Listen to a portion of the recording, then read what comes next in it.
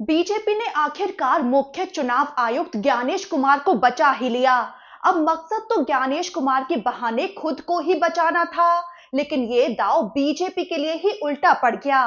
दरअसल मुख्य चुनाव आयुक्त ज्ञानेश कुमार को पद से हटाने के लिए विपक्ष ने संसद में नोटिस दिए थे, लेकिन बड़ी ही चालाकी से विपक्ष के इस दांव से निपटने की कोशिश की गई। संसद का बजट सत्र खत्म होते ही चुपचाप बड़ा ऐलान हो गया कि मुख्य चुनाव आयुक्त ज्ञानेश कुमार पद पर बने रहेंगे।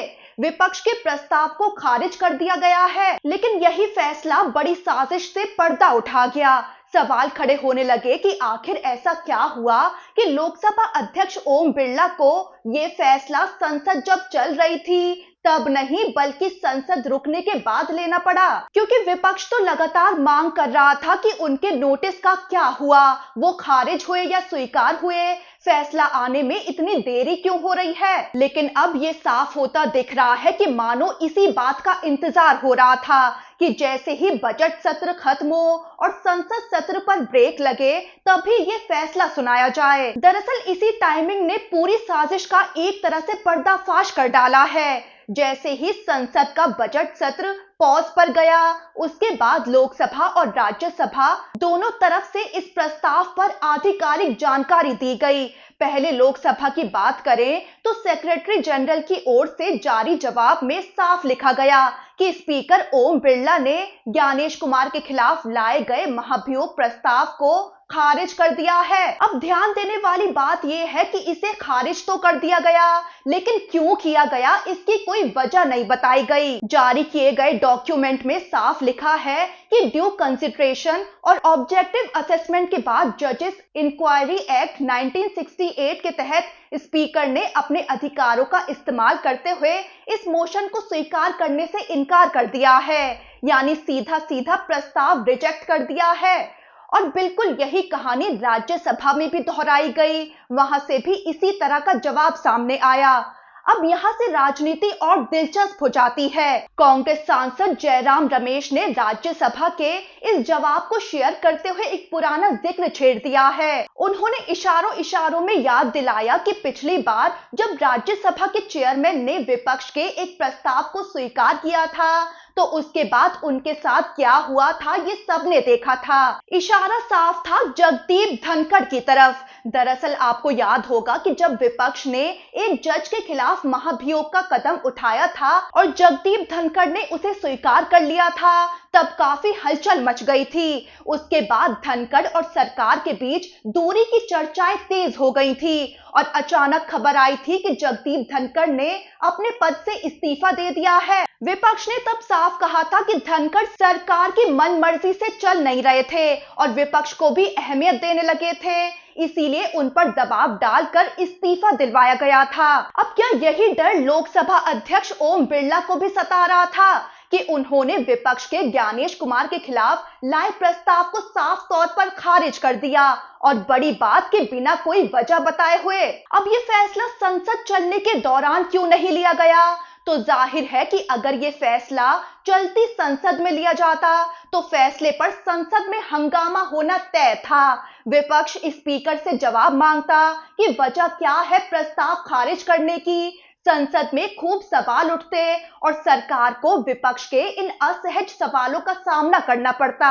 अब कागज पर तो रिजेक्ट लिख देना आसान होता है, लेकिन जब सामने खड़े होकर जवाब देना पड़े तब स्थिति अलग होती है, खास तौर पर जब पूरा विपक्ष एकजुट होकर सवाल पूछ रहा हो। अब विपक्ष को इस प्रस्ताव से बहुत उम्मीद तो पहले से नहीं थी कि ज्ञानेश कुमार को पद से हटाया जा सकेगा, क्योंकि सरकार के पास पहले से बहुमत है। लेकिन विपक्ष को ये उम्मीद जरूर थी कि कम से कम प्रस्ताव स्वीकार होगा तो संसद में बहस होगी, जैसे कभी ओम बिरला के खिलाफ अविश्वास प्रस्ताव आया था तब संसद में बहस हुई थी। लेकिन अब जब ये रास्ता भी बंद कर दिया गया है तो इसके राजनीतिक मायने क्या हैं? दरअसल सरकार इस वक्त किसी भी हालत में चुनाव आयोग या ज्ञानेश कुमार के मुद्दे पर संसद में बहस नहीं चाहती है और इसकी बड़ी वजह है पश्चिम बंगाल का एसआईआर विवाद। पश्चिम बंगाल में जो कुछ हुआ वो अभूतपूर्व बताया जा रहा है। पहले करीब 60 लाख नाम वोटर लिस्ट से हटाए गए, फिर लोगों को मौका दिया गया कि वो अपने नाम दोबारा जुड़वाए, लेकिन अभी भी 20 लाख से ज्यादा वोटर्स ऐसे हैं जिनका नाम जुड़ पाएगा या नहीं, इस पर सस्पेंस बना हुआ है। और ये सब तब हो रहा है जब 23 तारीख को वोटिंग शुरू होनी है और उम्मीदवारों के नॉमिनेशन भी पूरे हो चुके हैं। मुख्यमंत्री ममता बनर्जी लगातार चुनाव आयोग और मुख्य चुनाव आयुक्त ज्ञानेश कुमार के खिलाफ आक्रामक तेवर अपनाए हुए हैं और बीजेपी से मिली भगत के दावे कर रही हैं।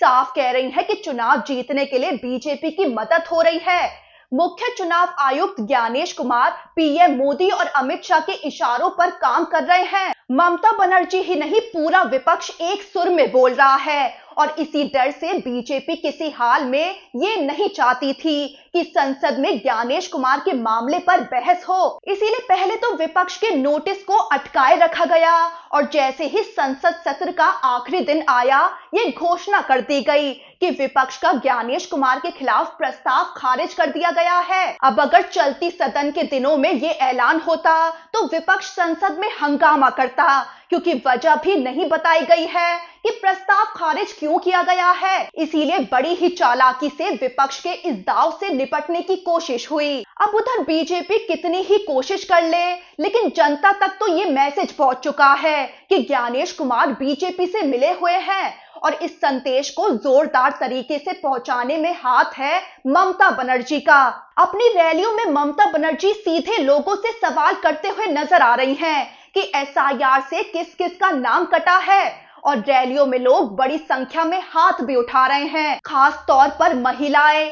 इसके बाद वो अपने कार्यकर्ताओं को वहां से निर्देश देती नजर आ रही हैं कि इन लोगों की मदद की जाए। वहीं चुनाव आयोग के आंकड़े जो अब सामने आ रहे हैं, उसके मुताबिक बंगाल में सबसे ज्यादा मुस्लिम समुदाय के वोटर लिस्ट से नाम काटे गए हैं। ममता भी इस मामले पर भड़क रही हैं और इसे गंभीर मुद्दा बताते हुए ये कह रही हैं कि ये सरासर लोकतांत्रिक अधिकारों के खिलाफ है। ममता ने तो ये भी साफ कह डाला है कि उनकी पार्टी टीएमसी ऐसे सभी लोगों के साथ खड़ी है और प्रभावित लोगों को न्याय दिलाने के लिए कानूनी लड़ाई भी लड़ेगी। दरअसल बंगाल में जमीनी स्तर पर जनता में एसआईआर को लेकर गुस्सा भी है और डर भी। लोगों में डर है कि आज वोटर लिस्ट से उनका नाम काटा गया है। अगर बीजेपी की सरकार आ गई तो कल को उनके साथ कुछ भी हो सकता है। अब जमीनी स्तर पर जनता तक एक मैसेज साफ जा रहा है कि दीदी हमारे साथ खड़ी हैं।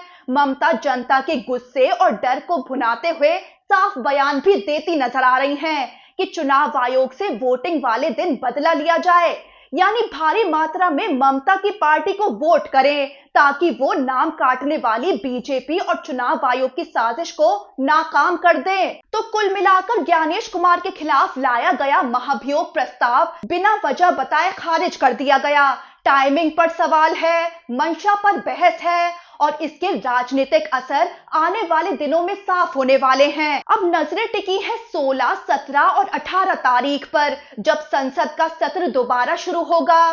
क्या उस वक्त ओम बिरला से जवाब मांगा जाएगा कि आखिर किन वजहों के चलते विपक्ष के प्रस्ताव को खारिज किया गया? ये तय है कि आने वाले दिनों में इस मुद्दे पर संसद में हंगामा जरूर होगा, क्योंकि विपक्ष ने साफ कहा है कि वो इस मुद्दे पर आगे भी आवाज उठाएंगे। फिलहाल मुख्य चुनाव आयुक्त ज्ञानेश कुमार अपने पद पर बने रहेंगे और चुनाव आयोग के कामकाज पर कोई असर नहीं पड़ेगा।